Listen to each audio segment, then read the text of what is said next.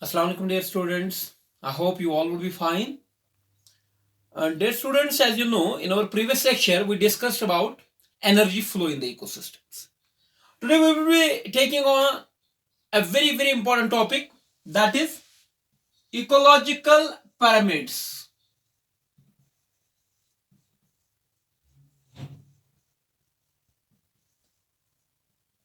Today, we will be discussing about what? Ecological pyramids. Dear students, let me represent a food chain here. Producers,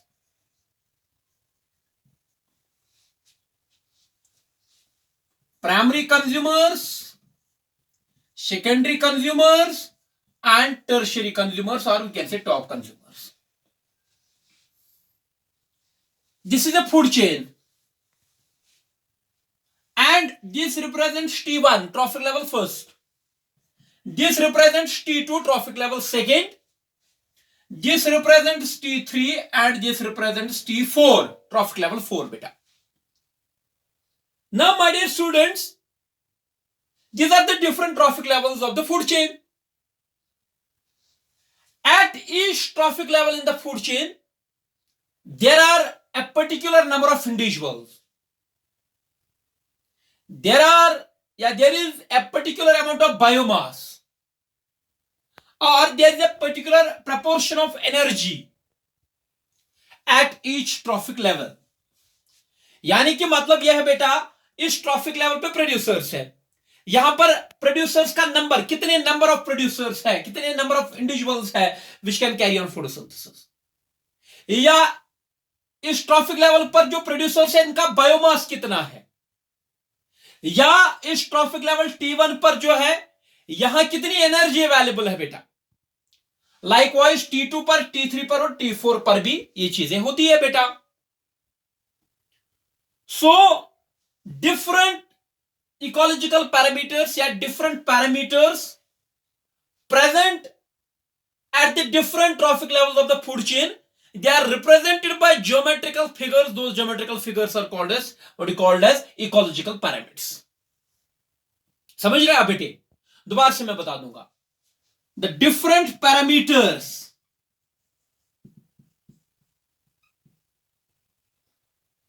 आप बोलेंगे sir कौन से parameters? The different parameters like number of individuals, amount of biomass,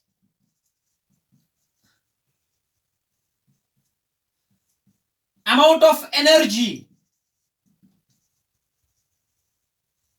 दोबारा से बता दूंगा बेटे, the different parameters, जिसमें क्या क्या आएगा बेटा? Number of individuals, amount of biomass and amount of energy present at the different trophic levels of the food chain. Present at the what? Different trophic levels of the food chain. कि यहां पर कितने number of individuals है, यहां पर कितना biomass है, यहां पर कितनी एनर्जी है. लाइकवाइज T2 पे ये पैरामीटर्स कितने हैं, T3 पर कितने हैं, T4 पर कितने हैं बेटा. These different parameters at the different trophic levels of the food chain, they can be represented by geometrical figures. In parameters को हम, they can be represented by geometric figures. They can be represented by geometrical figures, and those geometrical figures are called as ecological pyramids, or called as what? Ecological pyramids. तो होता क्या है मेरे बच्चे ecological pyramid? ये एक geometric figure है जो कि रिप्रेजेंट करती है different parameters at different trophic levels of the food chain. अब मैंने बोला तीन पैरामीटर्स की बात मैंने की, number of individuals, amount of biomass and amount of energy. तो these different parameters they at each trophic level can be represented by means of geometrical figures. Those geometrical figures are called as ecological pyramids. I hope you understand. So what are geometrical figures? These are what are, sorry, ecological pyramids. Ecological pyramids are, okay, my dear students, geometrical figures. What they are representing, okay, different parameters like number of individuals, amount of biomass, and amount of energy present at the different trophic levels of the food chain. Okay.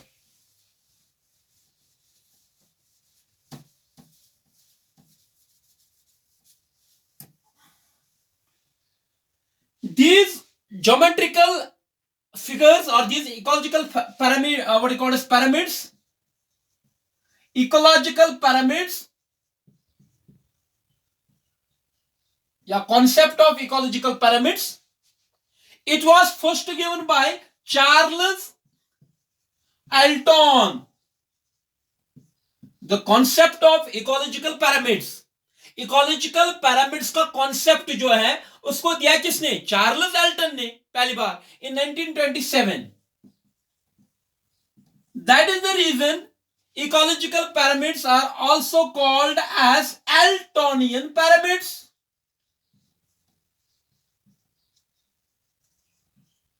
They are called as Eltonian pyramids. यानी कि जो ecological pyramids का concept है my dear students, that was given by for the first time, that was given by Charles Elton, और इसीलिए इनको एल्टोनियन pyramids भी कभी कभार कहा जाता है. तो आपने याद रखना है बेटे. जब आप एक जनरल पिरामिड की बात करते हैं बेटा, when we talk about a pyramid, pyramid की जो बेस होती है वो जनरली ब्रॉड होती है बेटे. पिरामिड की जो बेस होती है वो जनरली क्या होती है बेटा? ब्रॉड होती है बेटा, और जो एपेक्स होता है वो नैरो होता है. तो इस तरीके से आगे मैं इस पर बात कर लूंगा. तो ये हो गया बेटा इकोलॉजिकल पिरामिड्स के बारे में. ओके,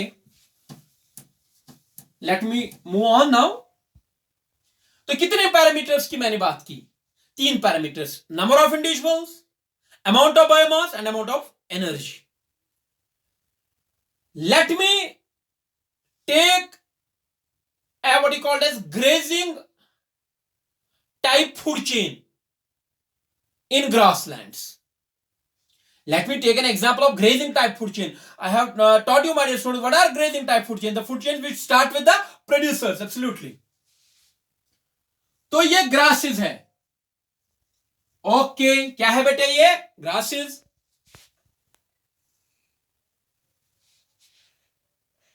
Grasses के बाद they are taken by the rabbit.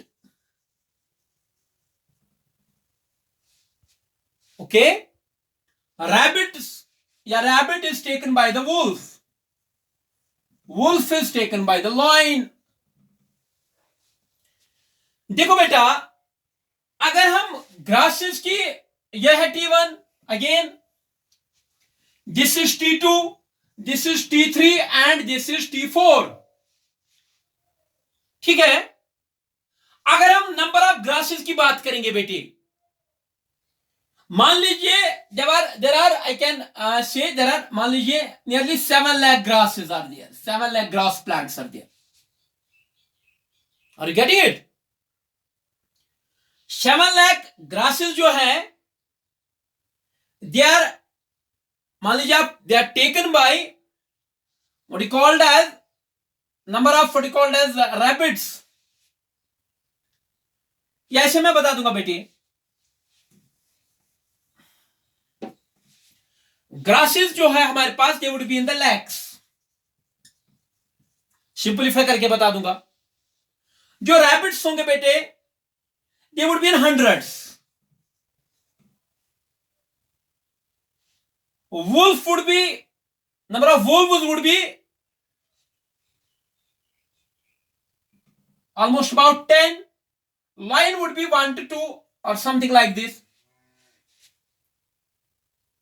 तो ये हमने दिखाया ग्रासेस का नंबर. ये तो लैक्स में, रैबिट तो 100 ऑलमोस्ट. ये तो this not the exact calculation, हम समझाने के लिए आपको बता रहे बेटे. Wolves 10 almost, line 1 or 2. अगर हम इसको बेटे आप ज्योमेट्रिकली रिप्रेजेंट करेंगे, जो ग्रासेस है, लेट दिस बार, ये जो है मैंने इधर ये बार बनाया, लेट इट रिप्रेजेंट, इसकी जो विड्थ है या इसकी जो लेंथ है बेटे, let it represent number of individuals at the first trophic level. तो ये सबसे ब्रॉड आएगा बेस इसका। रैबिट तो कम है, बहुत कम है इनफैक्ट। ये तो ऐसे आएगा बेटे T2। वुल्व्स तो उससे भी कम और नैरो होता जाएगा बेटे, और लाइन तो बिल्कुल ही कम होंगे बेटे। So this represents T1, this represents T2, T3 and this represents T4। Very very important my dear students. तो what I am talking about is, मैं किसकी बात कर रहा हूं बेटे? देखो बेटा, ग्रासेस का नंबर ज्यादा था। ये जो मैंने बार दिखाया इधर, ये जो बार है, दिस बार, इसकी जो लेंथ है और इसकी जो विड्थ है बेटा, ये सबसे लंबा है, सबसे बड़ा है बेटे। ये रिप्रेजेंट करता है number of individuals at the trophic level for that grasses, वो सबसे ज्यादा थे। और rabbit, this represents number of individuals या number of herbivores at the T2। ये तो कम थे बेटे। वुल्व्स तो उससे कम थे, और लाइन तो बिल्कुल ही एक या दो थे। तो ये जो मेरे बच्चों, दिस इज द, ये जो ज्योमेट्रिकल फिगर जो है, जो ज्योमेट्रिकल फिगर हमने बनाई बेटे, ये ज्योमेट्रिकल फिगर कहलाता है इकोलॉजिकल पिरामिड। जैसे अगर आप ऐसे इसको कनेक्ट कर लेंगे तो ये ट्रायंगल जैसा बन जाता है।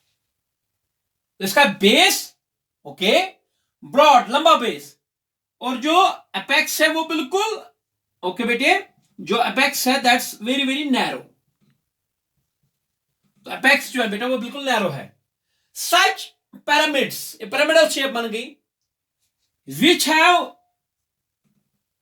broad base and narrow apex, broad base and narrow, हाँ बेटा, narrow apex। ऐसे पिरामिड को हम बोलते बेटे अपराइट इकोलॉजिकल पिरामिड।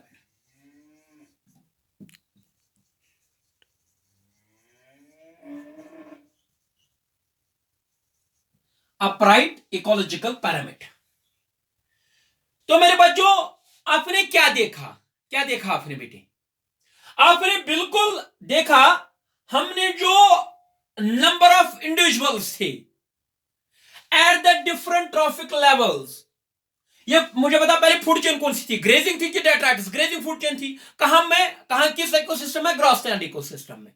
यहां जो डिफरेंट ट्रॉफिक लेवल पर नंबर ऑफ इंडिविजुअल्स थे, उनको हमने सिंपली रिप्रेजेंट किया हुआ है किससे बेटे? By means of geometric figure. और ये जो ज्योमेट्रिक फिगर बन गई, डिफरेंट बार्स की बन गई, इनको इस ज्योमेट्रिक फिगर को हम बोलते बेटे इकोलॉजिकल पिरामिड। अब इसका बेस जो है ब्रॉड बन गया और एपेक्स नैरो बन गया। ऐसे अगर पिरामिड बन गया जहां ब्रॉड बेस, एपेक्स नैरो, इसको या आप ज्यादा फोकस करेंगे बेस पर, जहां बेस ब्रॉड बन गया, ऐसे पिरामिड को हम बोलते हैं upright ecological pyramid. If anybody want to tell you what is the upright ecological pyramid? Upright ecological pyramid is the pyramid where base is broad and apex is narrow. तो इसको हम बोलते हैं बेटे, this called as what is called as upright ecological pyramid. अच्छा मुझे बताओ अब एक चीज, what it represents? It represents number of individuals at the different trophic levels of the food chain. ये ecological pyramid क्या रिप्रेजेंट करता है बेटा? It represents, does it represent biomass? No. Does it represent energy? No. Then what it represent? It represents number of individuals in the at the different trophic levels of the food chain. That is the reason it is called as pyramid of numbers. तो ये हमारा बन गया बेटा, ये हमारा बन गया pyramid of numbers. इसको हम बोलते हैं बेटे pyramid of numbers. So pyramid of numbers is upright in this food chain. दो चीजें याद फोकस करेंगे आप, एक कि अपराइट इकोलॉजिकल पिरामिड को किसको बोलते हैं, और ये पिरामिड जो है ये क्या रिप्रेजेंट कर रहा है? ये कर रहा है पिरामिड ऑफ नंबर्स। क्यों यहां रिप्रेजेंट कर रहे हैं हम? Number of individuals at different trophic levels of the food chain.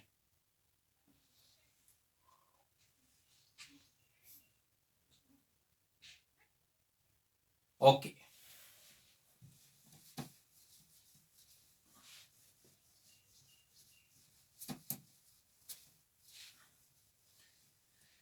now in most of the what you called as ecosystems, this pyramid of numbers is always upright. Most of the ecosystems में या most of the food chains में ये जो pyramid of number होता है बेटा, ये upright ही होता है. In most of the ecosystems pyramid of numbers is almost upright. दोबारा बता दूं, in most of the ecosystems, जो भी इकोसिस्टम हम देखेंगे, in most of the ecosystems pyramid of numbers is generally upright. One more example, if this is phytoplanktons,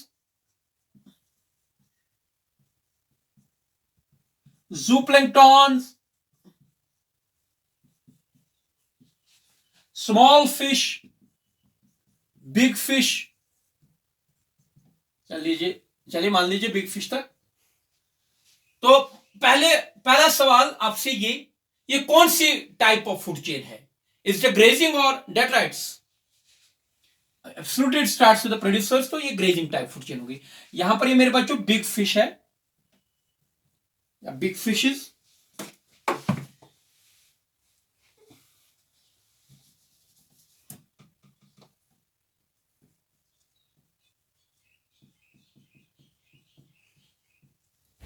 देखो बेटे again phytoplanktons का नंबर बहुत ज्यादा होगा बेटे. It would be in what called as lakhs, बहुत ज्यादा होगी. जूप्लैंक्टन्स, उनका भी नंबर बहुत ज्यादा होगा, लेकिन फाइटोप्लैंक्टन से कम होगा. स्मॉल फिशेस, इनका नंबर जूप्लैंक्टन से कम होगा और बिग फिशेस का नंबर स्मॉल फिशेस से कम होगा. तो अगर मान लीजिए ये है 1 लाख, यहां पर मान लीजिए ये है 70,000 या मान लीजिए ये है 60,000. स्मॉल फिशेस है मान लीजिए 1000, बिग फिश मान लीजिए है 80 और 90 या 80. मुझे बताओ आप, देखो फाइटोप्लैंक्टन्स का नंबर सबसे ज्यादा, तो ये यहां पर रिप्रेजेंट कर रहा था T1, ये T2, ये T3, ये T4. तो जूप्लैंक्टन्स का इससे कम, स्मॉल फिशेस का और लार्ज फिश का सबसे ज्यादा, तो सबसे कम सॉरी. तो ये again it is what is called as upright pyramid. Why it is upright बेटा? Because base is broad. What it represents? Does it represent pyramid of numbers or not? Yes, because here we are plotting number of individuals at the different trophic levels of the food chain. Okay.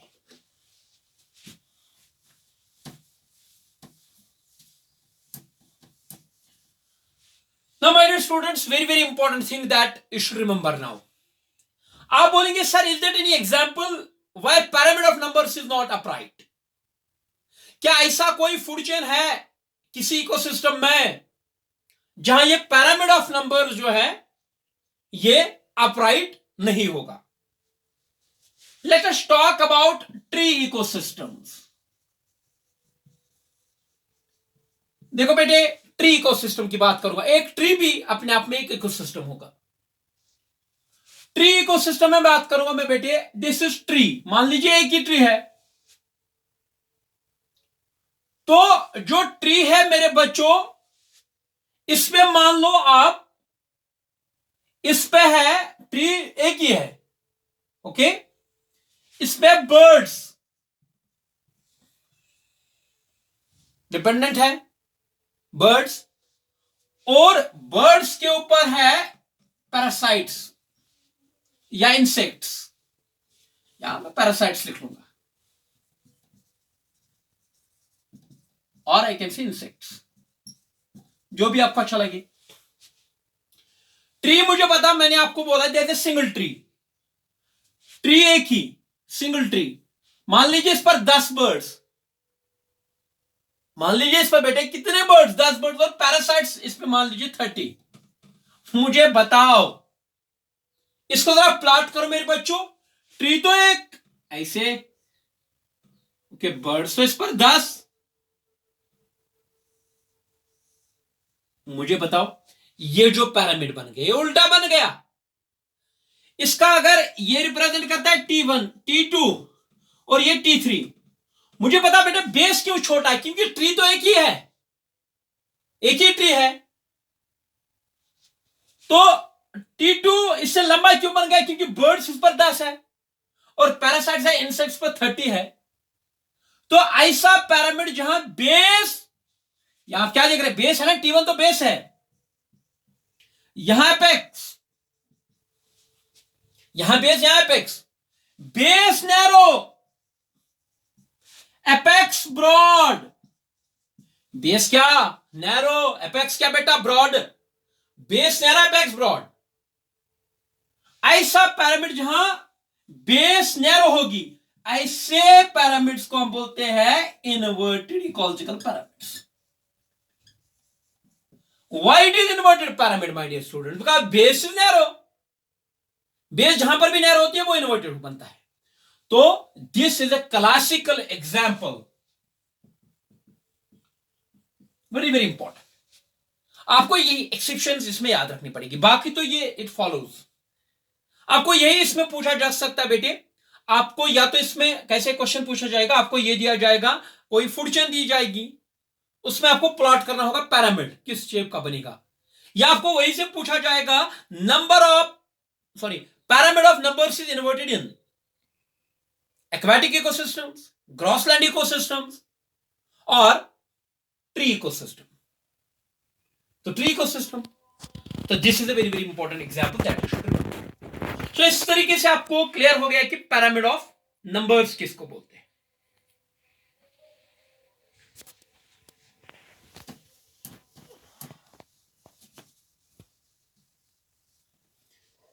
तो इस तरीके से हमारा खत्म हो गया बेटे pyramid of numbers. Let us talk about now pyramid of biomass.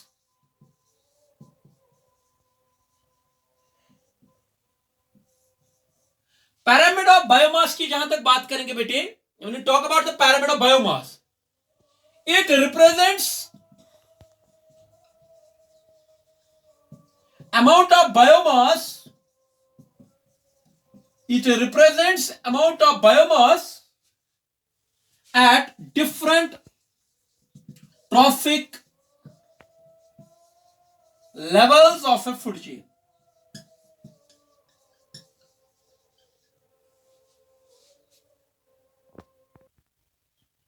So dear students, what is pyramid of biomass? Pyramid of biomass represents amount of biomass at different trophic levels of the food chain. Generally, it is upright. Generally it is, या mostly I can say, generally मैं use नहीं करूंगा यहाँ, mostly it is upright. In most of the ecosystems, this would be pyramid of biomass would be upright. Mostly it is upright in ecosystems.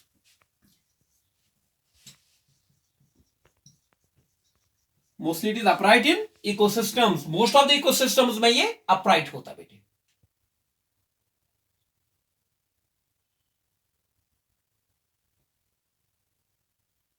Okay, जरा मुझे बता बेटे आप एक चीज, इसका जवाब मुझे दे दो. Again I will be talking. Grass is rabbit, wolf, lion. क्या होगा इसे? फूड चेन दिया गया है. क्या होगा इससे फूड चेन में? What is called age pyramid of biomass. Obviously इनका नंबर तो बहुत ज्यादा होगा, बहुत ज्यादा, ये नहीं कि लाइन बारी होगा बेटे, इनका नंबर ज्यादा है. तो ऑब्वियसली ग्रासेस का वेट जो है या बायोमास जो है सबसे ज्यादा होगा. रैबिट का अक्सर इससे कम, वुल्फ तो बहुत कम है, तो लाइन एक है, तो ऐसे बन गए. So this is pyramid of biomass. Why? Because it is representing biomass at the different trophic level. Upright pyramid of biomass. So this is T1, T2, T3, T4. Okay. One more question I would be asking you here. My dear students, अभी tree ecosystem की बात करेंगे हम. Tree ecosystem, tree, birds, parasites. ऐसे में क्या होगा बेटा? Pyramid of biomass. ट्री तो बड़ा होगा, इसका वजन ऑब्वियसली ज्यादा होगा। बर्ड्स तो हल्के हैं, इनका तो बिल्कुल ट्री से तो कम ही होगा। पैरासाइट्स को बिल्कुल इनका कम होगा। देखिए इसमें ट्री का बायोमास ज्यादा होगा, बर्ड्स का तो कम, and I, this is what is called as. देखिए इस फूड चेन में जब आपने देखा पिरामिड ऑफ नंबर्स क्या था, पिरामिड ऑफ नंबर्स था इन्वर्टेड, पिरामिड ऑफ नंबर्स क्या था, इन्वर्टेड। मगर पिरामिड ऑफ बायोमास क्या है, upright. This is pyramid of numbers and this is pyramid of biomass. एक ही फूड चेन हमने दिखाई, लेकिन इसमें पिरामिड ऑफ बायोमास आ गया अपराइट, बेस पर लंबी, और पिरामिड ऑफ नंबर्स आ गया के इन्वर्टेड, क्योंकि बेस छोटा बनेगा उससे। तो यहां पर ये इंपॉर्टेंट है।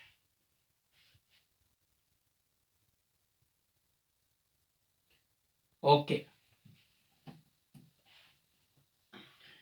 My dear students, now we will be talking about an exception here.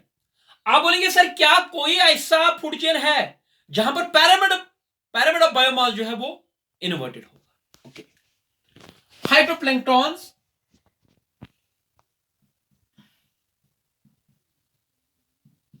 zooplankton,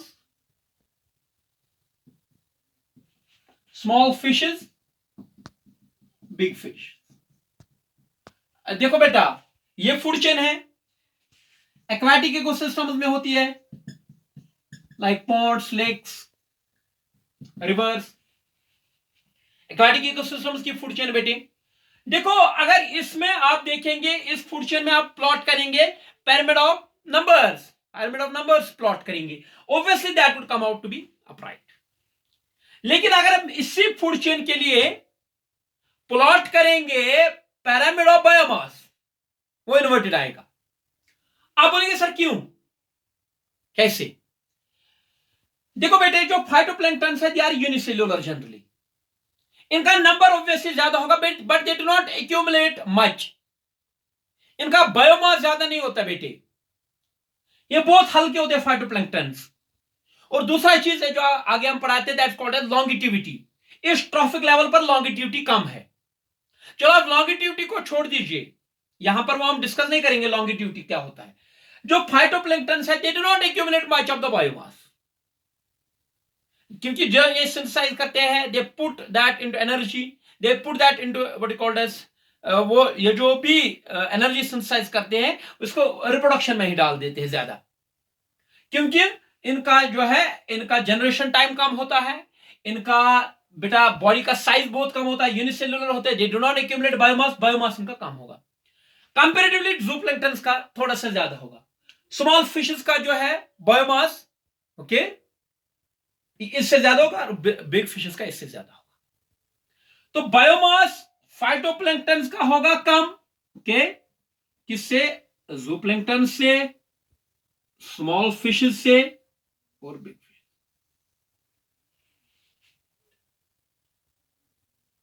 okay बेटे, तो ऐसे में हम बोलेंगे बेटे, ऐसा ये जो बन गया बेटा, ये बन गया pyramid of biomass in for this food chain. मगर बना क्या, अपराइट बना कि इन्वर्टेड बना? Inverted biomass of, it is inverted biomass of, inverted okay sorry, it is inverted pyramid of biomass. तो माय स्टूडेंट्स यहां पर ये एग्जांपल आपने हमेशा याद रखनी है, that's very very important example जो आपको which you have to remember. Okay, देखो बेटे मैं आपको एक क्वेश्चन दूंगा, वो आप प्लीज कर लो।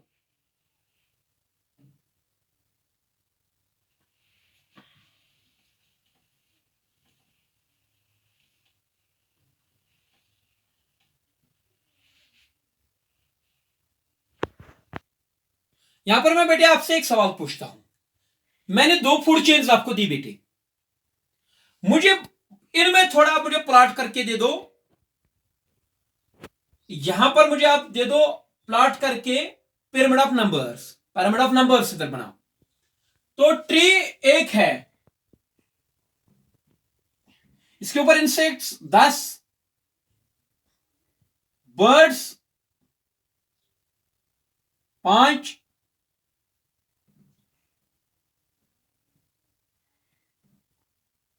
लार्ज बर्ड्स सिर्फ 2। देख रहे हैं आप बेटे, ट्री, इंसेक्ट्स सबसे ज्यादा इनका नंबर, बर्ड या स्मॉल बर्ड, यहां लिखेंगे हम small birds and large bird. Small birds का नंबर थोड़ा ज्यादा, मगर लार्ज बर्ड्स का कम, 5 या 2। अगर आप इसको बेटे कनेक्ट कर लेंगे, it becomes a sort of, ये स्पिंडल लाइक बन जाता है बेटे।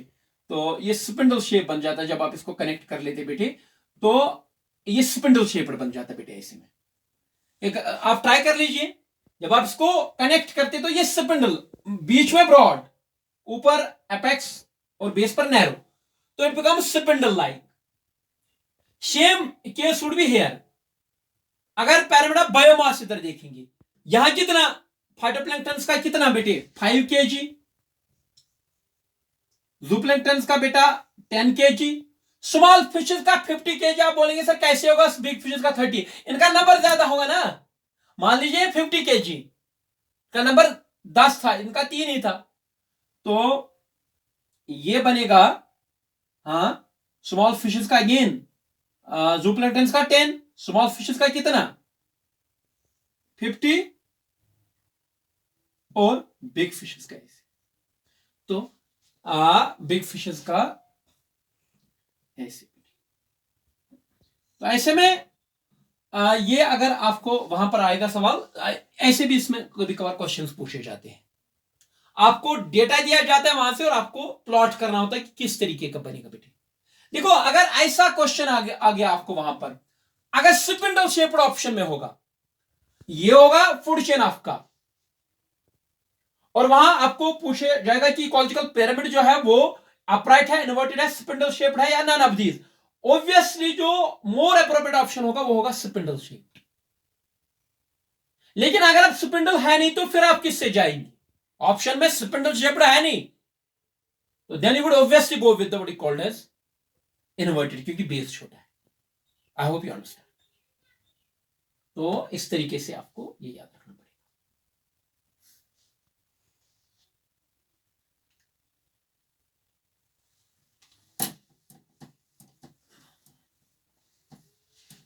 Last but not the least is pyramid of numbers.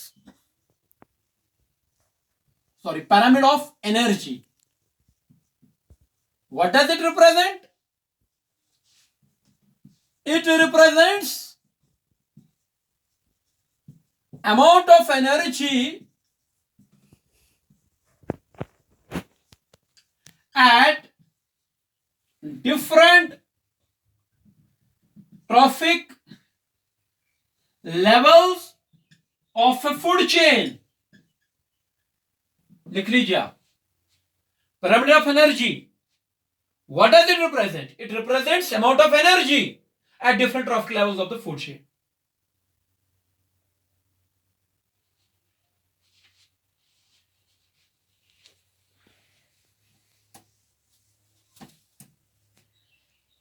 अगर आप बेटे कोई भी फूड चेन लेंगे दुनिया की, कोई भी, any type of food chain you would take, क्योंकि आपको पता है, अगर हम ये मानेंगे producers, primary consumers, secondary consumers, tertiary consumers and top consumers. लीजिए आप, आपका फूड चेन बन गया T1, T2, T3, T4, T5।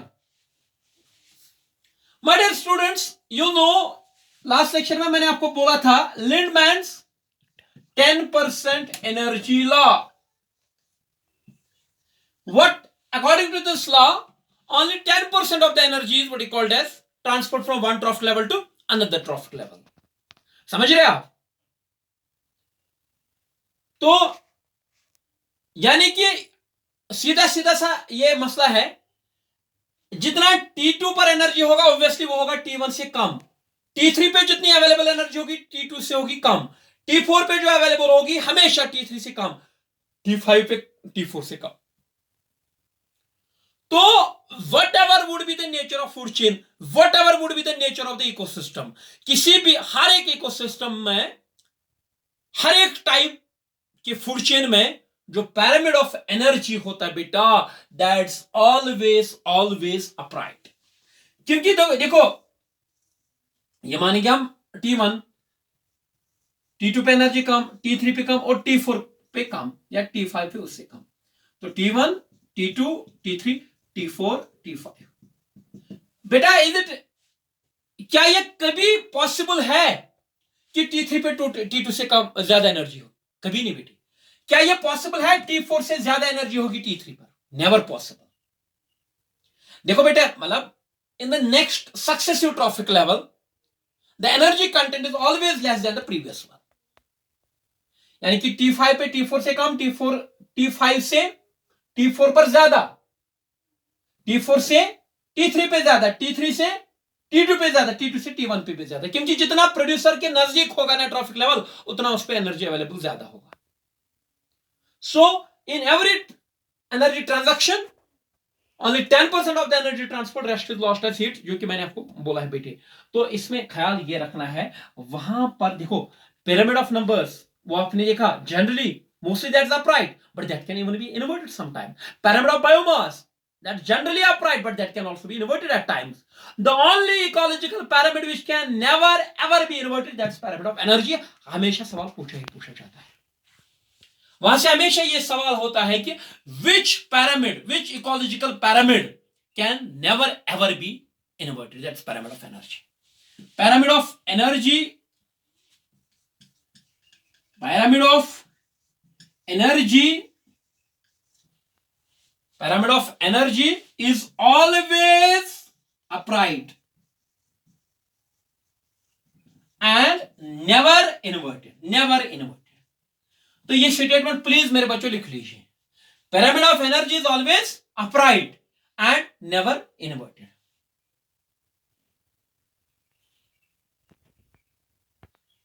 तो इसके साथ मेरे बच्चों खत्म हो गया इकोलॉजिकल पिरामिड्स के बारे में। तो आज का लेक्चर हमारा इकोलॉजिकल पिरामिड्स के ऊपर था बेटे, इकोलॉजिकल पिरामिड्स पर था आज का लेक्चर हमारा। इन आवर नेक्स्ट बेटे lecture would be taking some other topic that would be कुछ टर्म्स अभी इसके साथ है जो मैं आपको एक्सप्लेन करना चाहूंगा, और उसके बाद है उसके बाद इंशाल्लाह we will be starting with the decomposition that will mark the end of this ecosystem ecology। फिर बेटे मैं आपका टेस्ट लूंगा, टेस्ट के बाद फिर नेक्स्ट यूनिट में स्टार्ट करेंगे। Thank you, take care.